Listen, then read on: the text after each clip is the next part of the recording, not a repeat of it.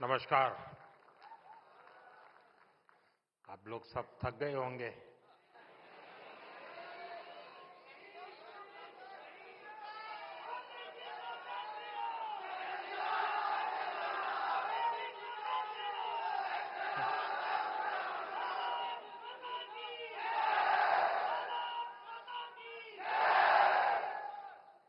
अर्नब की अर्नब की ऊंची आवाज से कान तो जरूर थक गए होंगे।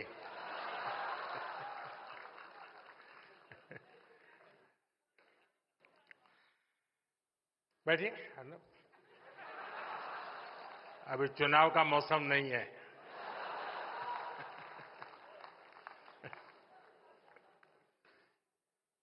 सबसे पहले तो मैं रिपब्लिक टीवी को उसके इस अभिनव प्रयोग के लिए बहुत बधाई देता हूं।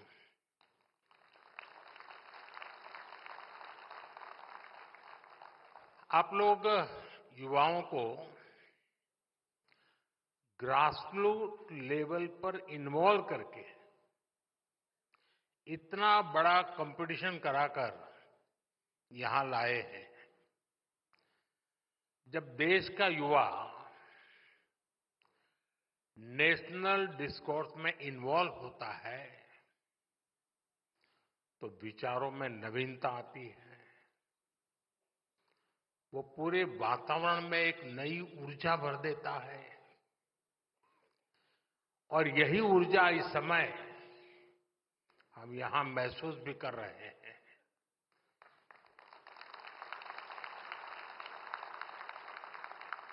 एक तरह से युवाओं के इन्वॉल्वमेंट से हम हर बंधन को तोड़ पाते हैं, सीमाओं के परे जा पाते हैं। फिर भी कोई भी लक्ष्य ऐसा नहीं रहता जिसे पाया न जा सके। कोई मंजिल ऐसी नहीं रहती जिस तक पहुंचा न जा सके। रिपब्लिक टीवी ने इस समिट के लिए एक नए कंसेप्ट पर काम किया है। मैं इस समिट की सफलता के लिए आप सभी को बहुत बहुत बधाई देता हूं, आपका अभिनंदन करता हूं। अच्छा, मेरा भी इसमें थोड़ा स्वार्थ है। एक तो मैं पिछले दिनों से लगा हूं कि मुझे 1 लाख नौजवानों को राजनीति में लाना है।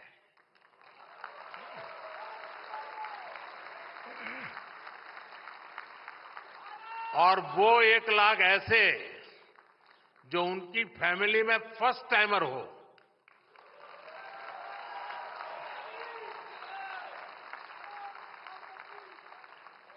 तो एक प्रकार से ऐसे इवेंट मेरी जो मेरा मकसद है उसका ग्राउंड बना रहे हैं। दूसरा मेरा व्यक्तिगत लाभ है। व्यक्तिगत लाभ ये है कि 29 में जो वोट करने जाएंगे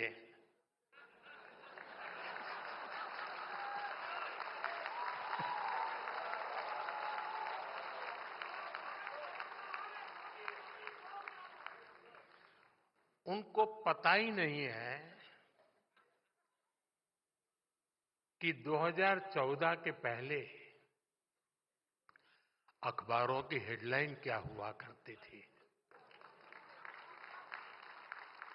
उसे पता नहीं है 10-10, 12-12 लाख करोड़ के घोटाले होते थे। उसे पता नहीं है। और वो जब 29 में वोट करने जाएगा तो उसके सामने कंपैरिजन के लिए कुछ नहीं होगा।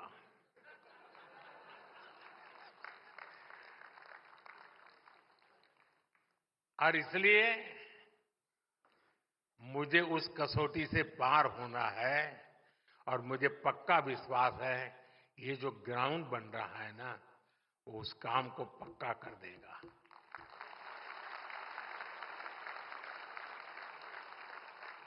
साथियों, आज पूरी दुनिया कह रही है कि ये भारत की सदी है। क्या आपने नहीं सुना है?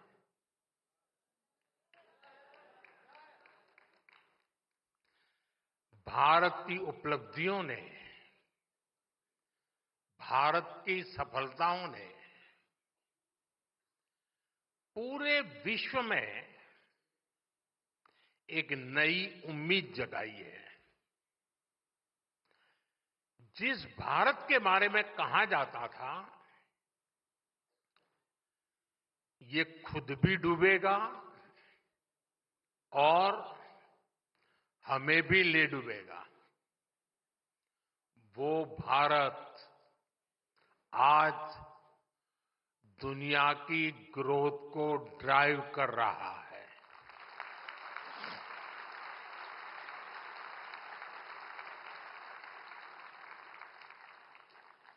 मैं भारत के फ्यूचर की दिशा क्या है ये हमें आज के हमारे काम और सिद्धियों से पता चलता है। आजादी के 65 साल बाद भी भारत दुनिया की 11वें नंबर की इकोनॉमी था। बीते दशक में हम दुनिया की 5वें नंबर की इकोनॉमी बने और अब उतनी ही तेजी से दुनिया की तीसरी सबसे बड़ी अर्थव्यवस्था बनने जा रहे हैं। साथियों, मैं आपको 18 साल पहले की भी याद दिलाता हूं। ये 18 साल का खास कारण है क्योंकि जो लोग 18 साल की उम्र के हुए हैं, जो पहली बार वोटर बन रहे हैं, उनको 18 साल के पहले का पता नहीं है, इसलिए मैंने वो आंकड़ा लिया है। 18 साल पहले यानी 2007 में भारत की annual GDP 1 lakh crore dollar तक पहुंची थी। यानी आसान शब्दों में कहें तो ये वो समय था जब एक साल में भारत में 1 लाख करोड़ डॉलर की इकोनॉमिक एक्टिविटी होती थी। अब आज देखिए क्या हो रहा है। अब एक क्वार्टर में ही लगभग 1 लाख करोड़ डॉलर की इकोनॉमी एक्टिविटी हो रही है। इसका क्या मतलब हुआ? 18 साल पहले के भारत में साल भर में जितनी इकोनॉमिक एक्टिविटी हो रही थी उतनी अब सिर्फ 3 महीने में होने लगी है। ये दिखाता है कि आज का भारत कितनी तेजी से आगे बढ़ रहा है। मैं आपको कुछ उदाहरण दूंगा जो दिखाते हैं कि बीते एक दशक में कैसे बड़े बदलाव भी आए और नतीजे भी आए। बीते 10 सालों में हम 25 करोड़ लोगों को गरीबी से बाहर निकालने में सफल हुए हैं।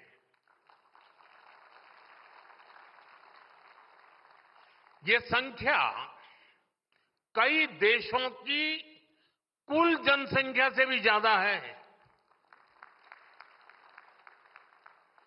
आप वो दौर भी याद करिए जब सरकार खुद स्वीकार करती थी, प्रधानमंत्री खुद कहते थे कि 1 रुपया भेजते थे तो 15 पैसा गरीब तक पहुंचता था। वो 85 पैसा कौन पंजा खा जाता था।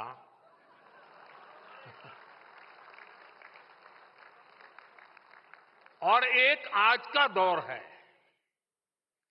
बीते दशक में गरीबों के खाते में डीबीटी के जरिए डायरेक्ट बेनिफिट ट्रांसफर, डीबीटी के जरिए 42 लाख करोड़ रुपए से ज्यादा ट्रांसफर किए गए हैं। 42 लाख करोड़ रुपए। अगर आप वो हिसाब लगा दें रुपये में से 15 पैसे वाला, तो 42 लाख करोड़ का क्या हिसाब निकलेगा। साथियों, आज दिल्ली से 1 रुपया निकलता है तो 100 पैसे आखिरी जगह तक पहुंचते हैं।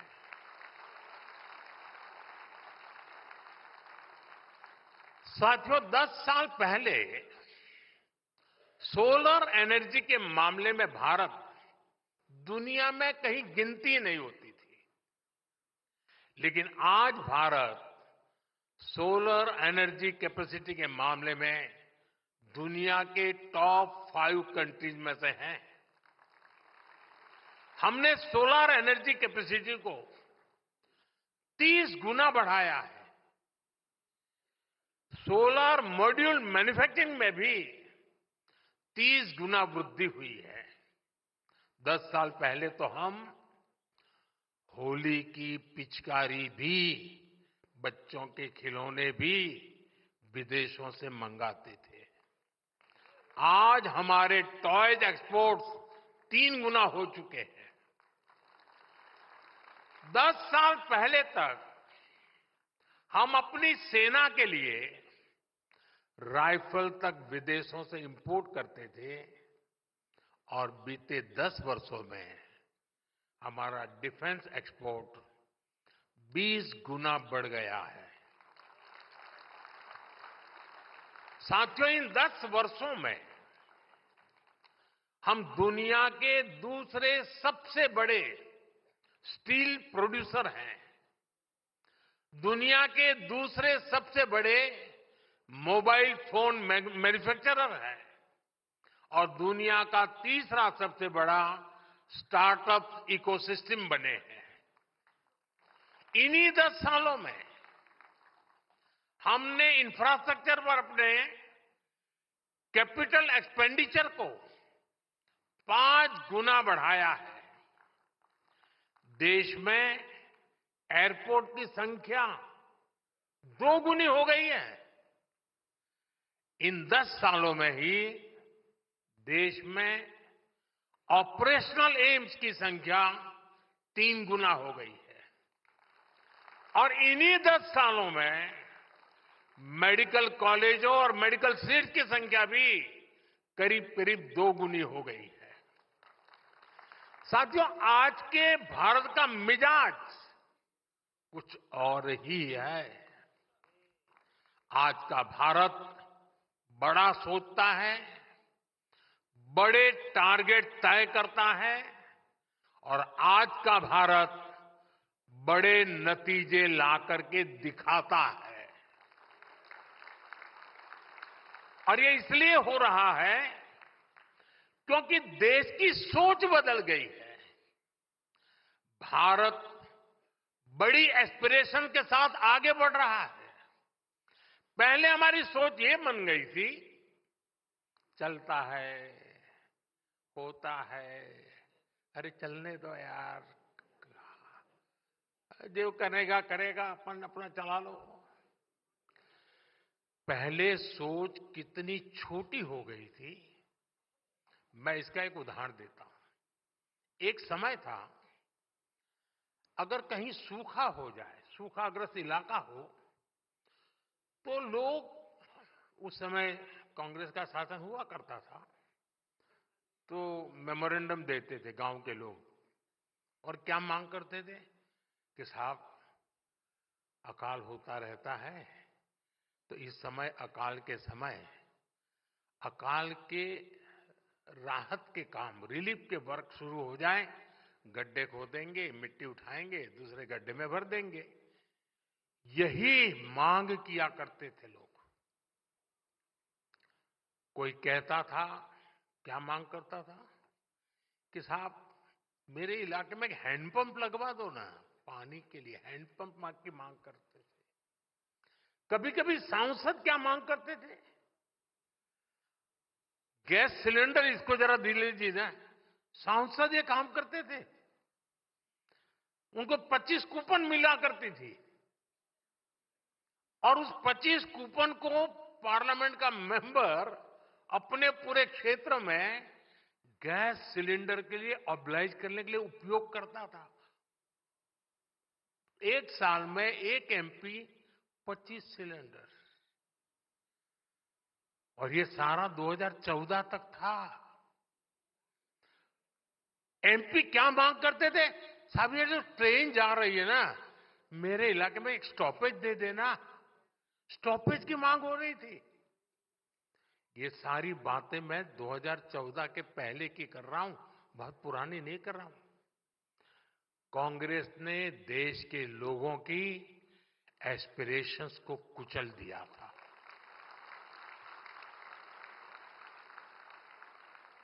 इसलिए देश के लोगों ने उम्मीद लगानी भी छोड़ दी थी। मान लिया था यार इनसे कुछ होना नहीं है, क्या कर रहा है। लोग कहते थे कि भाई ठीक है, तुम इतना ही कर सकते तो इतना ही कर दो।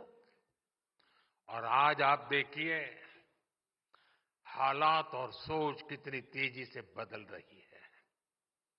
अब लोग जानते हैं कि कौन काम कर सकता है, कौन नतीजे ला सकता है। और ये सामान्य नागरिक नहीं, आप सदन के भाषण सुनोगे तो विपक्ष भी यही भाषण करता है, मोदी जी ये क्यों नहीं कर रहे हो। इसका मतलब उनको लगता है कि यही करेगा।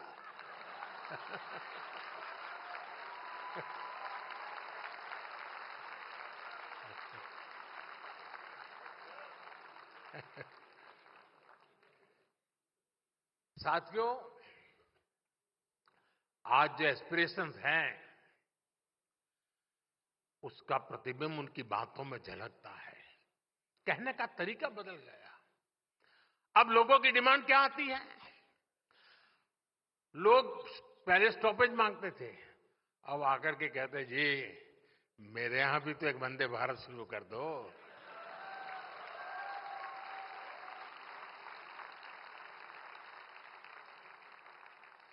अभी मैं कुछ समय पहले कुवैत गया था, तो मैं वहां लेबर कैंप में, नॉर्मली मैं बाहर जाता हूं तो अपने देशवासी जहां काम करते हैं मैं उनके पास जाने का प्रयास करता हूं।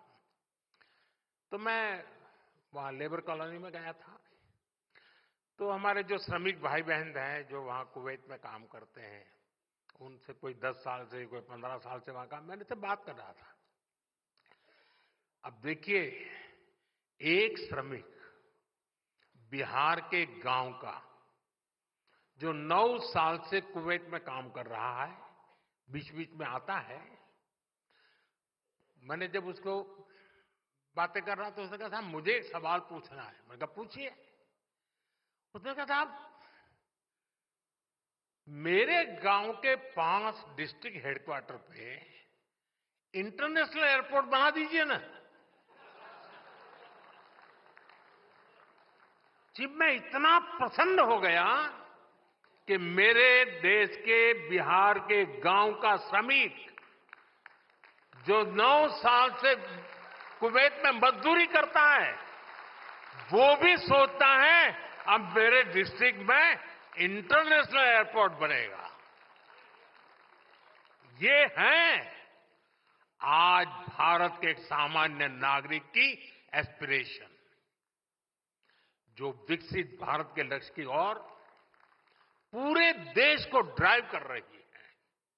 साथियों, किसी भी समाज की, राष्ट्र की ताकत तभी बढ़ती है जब उसके नागरिकों के सामने से बंदिशें हटती हैं, बाधाएं हटती हैं,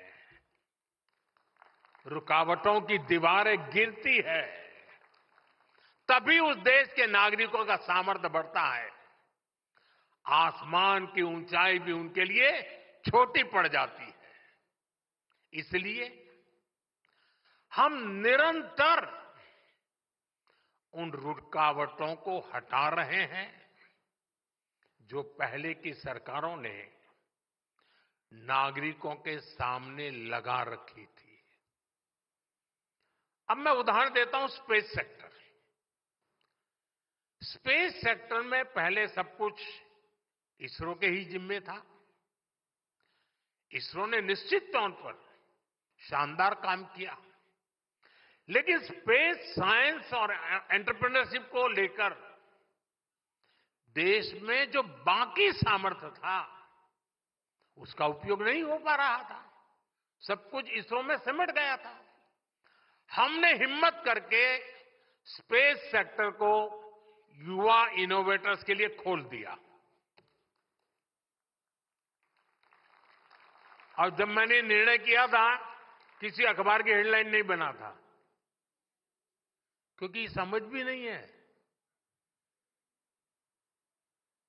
रिपब्लिक टीवी के दर्शकों को जानकर खुशी होगी कि आज 250 से ज्यादा स्पेस स्टार्टअप देश में बन गए हैं। ये मेरे देश के युवाओं की कमाल है। यही स्टार्टअप्स आज विक्रम एस और अग्निबाण जैसे रॉकेट्स बना रहे हैं। ऐसे ही मैपिंग के सेक्टर में हुआ। इतने बंधन थे, आप एक एटलास नहीं बना सकते। टेक्नोलॉजी बदल चुकी है।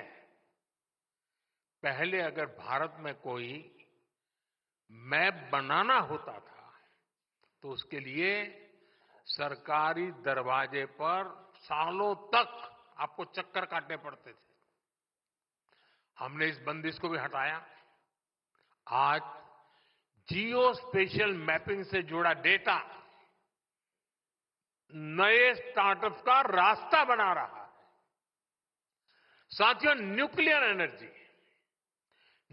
एनर्जी से जुड़े सेक्टर को भी पहले सरकारी कंट्रोल में रखा गया था। बंदिशें थी, बंधन थे,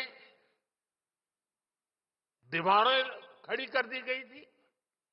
अब इस साल के बजट में सरकार ने इसको भी प्राइवेट सेक्टर के लिए ओपन करने की घोषणा की है। और इससे 2047 तक 100 गीगावाट न्यूक्लियर एनर्जी कैपेसिटी जोड़ने का रास्ता मजबूत हुआ है। साथियों, आप हैरान रह जाएंगे कि हमारे गांवों में 100 लाख करोड़ रुपए, 100 लाख करोड़ रुपीस, उससे भी ज्यादा अनटैप्ड आर्थिक सामर्थ्य पड़ा हुआ है। मैं आपके सामने फिर ये आंकड़ा दोहराऊं, 100 लाख करोड़ रुपए, ये छोटा आंकड़ा नहीं है। ये आर्थिक सामर्थ्य गांव में जो घर होते हैं उनके रूप में उपस्थित है। मैं आपको और आसान तरीके से समझाता हूं। अब जैसे यहां दिल्ली जैसे शहर में आपके घर 50 लाख के, 1 करोड़, 2 करोड़ के होते हैं। आपकी प्रॉपर्टी की वैल्यू पर आपको बैंक लोन भी मिल जाती है। अगर आपका दिल्ली में घर है तो आप बैंक से करोड़ों रुपए के लोन ले सकते हैं।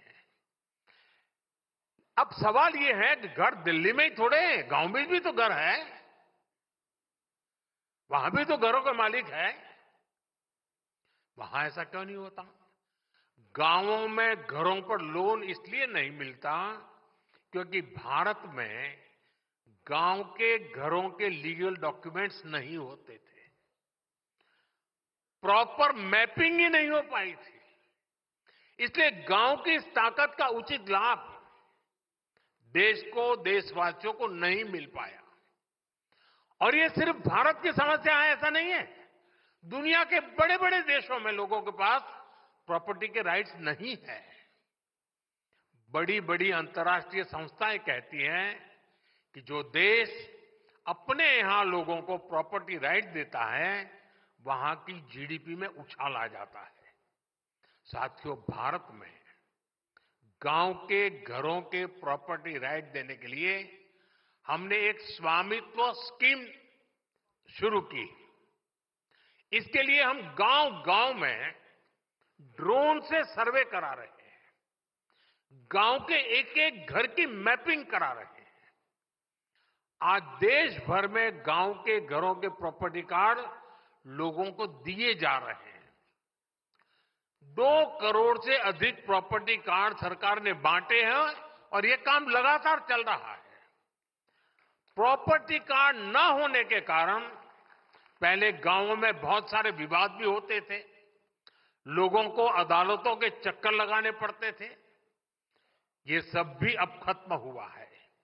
इन प्रॉपर्टी कार्ड पर अब गांव के लोगों को बैंकों से लोन मिल रहे हैं। इससे गांव के लोग अपना व्यवसाय शुरू कर रहे हैं, स्वरोजगार कर रहे हैं। अभी मैं एक दिन ये स्वामित्व योजना के तहत वीडियो कॉन्फ्रेंस पर उसके लाभार्थियों से बात कर रहा था। मुझे राजस्थान की एक बहन मिली। उसने कहा कि मेरा प्रॉपर्टी कार्ड मिलने के बाद मैंने 9 लाख रुपए की लोन ली गांव में, और बोले मैंने बिजनेस शुरू किया और मैं आधी लोन वापस कर चुकी हूं और अब मुझे पूरी लोन वापस करने में समय नहीं लगेगा और मुझे अधिक लोन की संभावना बन गई है। कितना कॉन्फिडेंस लेवल है साथियों। ये जितने भी उदाहरण मैंने दिए हैं, इनका सबसे बड़ा बेनिफिशियरी मेरे देश का नौजवान है। वो यूथ जो विकसित भारत का सबसे बड़ा स्टेक होल्डर है। जो यूथ आज के भारत का एक्स फैक्टर है। इस एक्स का अर्थ है एक्सपेरिमेंटेशन, एक्सेलेंस और एक्सपांशन। एक्सपेरिमेंटेशन यानी हमारे युवाओं ने पुराने तौर तरीकों से आगे बढ़कर नए रास्ते बनाए हैं। एक्सेलेंस यानी नौजवानों ने ग्लोबल बेंचमार्क सेट किए हैं। और एक्सपांशन यानी इनोवेशन को हमारे युवाओं ने 140 करोड़ देशवासियों के लिए स्केल अप किया है। हमारा यूथ देश की बड़ी समस्याओं का समाधान दे सकता है, लेकिन इस सामर्थ्य का सदुपयोग भी पहले नहीं किया गया। हैकाथॉन के जरिए युवा देश की समस्याओं का समाधान भी दे सकते हैं, इसको लेकर पहले सरकारों ने सोचा तक नहीं। आज हम हर वर्ष स्मार्ट इंडिया हैकाथॉन आयोजित करते हैं। अभी तक 10 लाख युवा इसका हिस्सा बन चुके हैं। सरकार की अनेक मिनिस्ट्रीज और डिपार्टमेंट ने गवर्नेंस से जुड़े कई प्रॉब्लम और उनके सामने रखे, समस्याएं बताई कि बताइए भाई आप खोजिए क्या क्या सॉल्यूशन हो सकता है। हैकाथॉन में हमारे युवाओं ने लगभग 2500 सॉल्यूशन डेवलप करके देश को दिए हैं। मुझे खुशी है कि आपने भी हैकाथॉन के इस कल्चर को आगे बढ़ाया है और जिन नौजवानों ने विजय प्राप्त की है, मैं उन नौजवानों को बधाई देता हूं और मुझे खुशी है कि मुझे उन नौजवानों से मिलने का मौका मिला। साथियों, बीते 10 वर्षों में देश ने एक न्यू एज गवर्नेंस को फील किया है। बीते दशक में हमने इंपैक्ट लेस एडमिनिस्ट्रेशन को इंपैक्टफुल गवर्नेंस में बदला है। आप जब फील्ड में जाते हैं तो अक्सर लोग कहते हैं कि हमें फला सरकारी स्कीम का बेनिफिट पहली बार मिला। ऐसा नहीं है कि वो सरकारी स्कीम पहले नहीं थी, स्कीम्स पहले भी थी, लेकिन इस लेवल की लास्ट माइल डिलीवरी पहली बार सुनिश्चित हो रही है। आप अक्सर पीएम आवास स्कीम के बेनिफिशियरीज के इंटरव्यू चलाते हैं। पहले कागज पर गरीबों के मकान सैंक्शन होते थे, आज हम जमीन पर गरीबों के घर बनाते हैं। पहले मकान बनाने की पूरी प्रक्रिया गवर्नमेंट ड्रिवन होती थी। कैसा मकान बनेगा, कौन सा सामान लगेगा, ये सरकार ही तय करती थी। हमने इसको ओनर ड्रिवन बनाया। सरकार लाभार्थी के अकाउंट में पैसा डालती है, बाकी कैसा घर बनेगा ये लाभार्थी खुद डिसाइड करता है। और घर के डिजाइन के लिए भी हमने देश भर में कंपटीशन किया, घरों के मॉडल सामने रखे, डिजाइन के लिए भी लोगों को जोड़ा, जनभागीदार से चीजें तय की। इससे घरों की क्वालिटी भी अच्छी हुई है और घर तेज गति से कंप्लीट भी होने लगे हैं। पहले ईंट पत्थर जोड़कर आधे अधूरे मकान बनाकर दिए जाते थे, हमने गरीब को उसके सपनों का घर बनाकर दिया है। इन घरों में नल से जल आता है, उज्ज्वला योजना का गैस कनेक्शन होता है, सौभाग्य योजना का बिजली कनेक्शन होता है। हमने सिर्फ 4 दीवारें खड़ी नहीं की हैं, हमने उन घरों में जिंदगी खड़ी की है। साथियों, किसी भी देश के विकास के लिए बहुत जरूरी पक्ष है उस देश की सुरक्षा, नेशनल सिक्योरिटी। बीते दशक में हमने सिक्योरिटी पर भी बहुत अधिक काम किया है। आप याद करिए, पहले टीवी पर अक्सर सीरियल बम ब्लास्ट की ब्रेकिंग न्यूज चला करती थी, स्लीपर सेल्स के नेटवर्क पर स्पेशल प्रोग्राम हुआ करते थे। आज ये सब टीवी स्क्रीन और भारत की जमीन दोनों जगह से गायब हो चुका है। वरना पहले आप ट्रेन में जाते थे, हवाई अड्डे पर जाते थे, लावारिस कोई बैग पड़ी है तो छूना मत, ऐसी सूचनाएं आती थी। आज वो जो 18-20 साल के नौजवान हैं, उन्होंने वो सूचना सुनी ही नहीं होगी। आज देश में नक्सलवाद भी अंतिम सांसें गिन रहा है। पहले जहां 100 से अधिक जिले नक्सलवाद की चपेट में थे, आज ये 2 दर्जन से भी कम जिलों में ही सीमित रह गया है।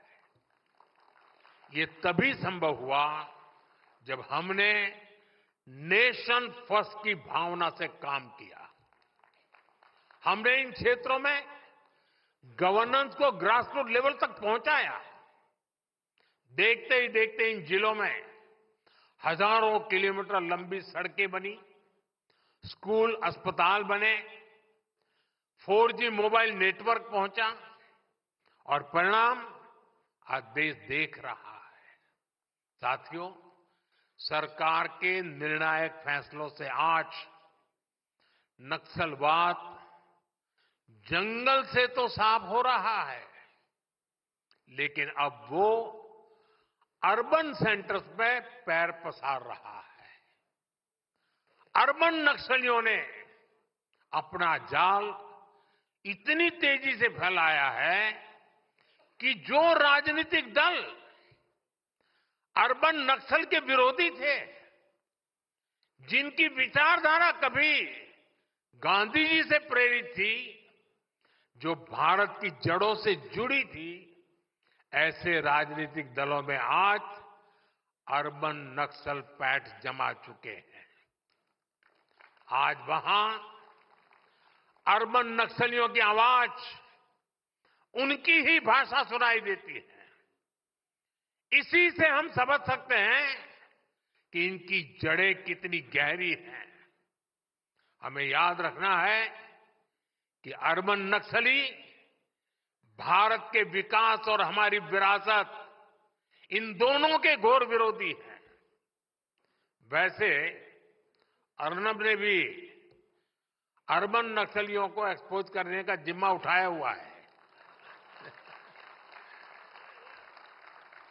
विकसित भारत के लिए विकास भी जरूरी है और विरासत को मजबूत करना भी आवश्यक है।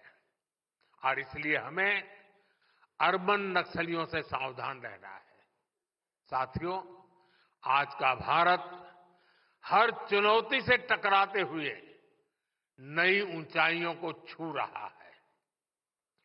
मुझे भरोसा है कि रिपब्लिक टीवी नेटवर्क के आप सभी लोग हमेशा नेशन फर्स्ट के भाव से पत्रकारिता को नया आयाम देते रहेंगे।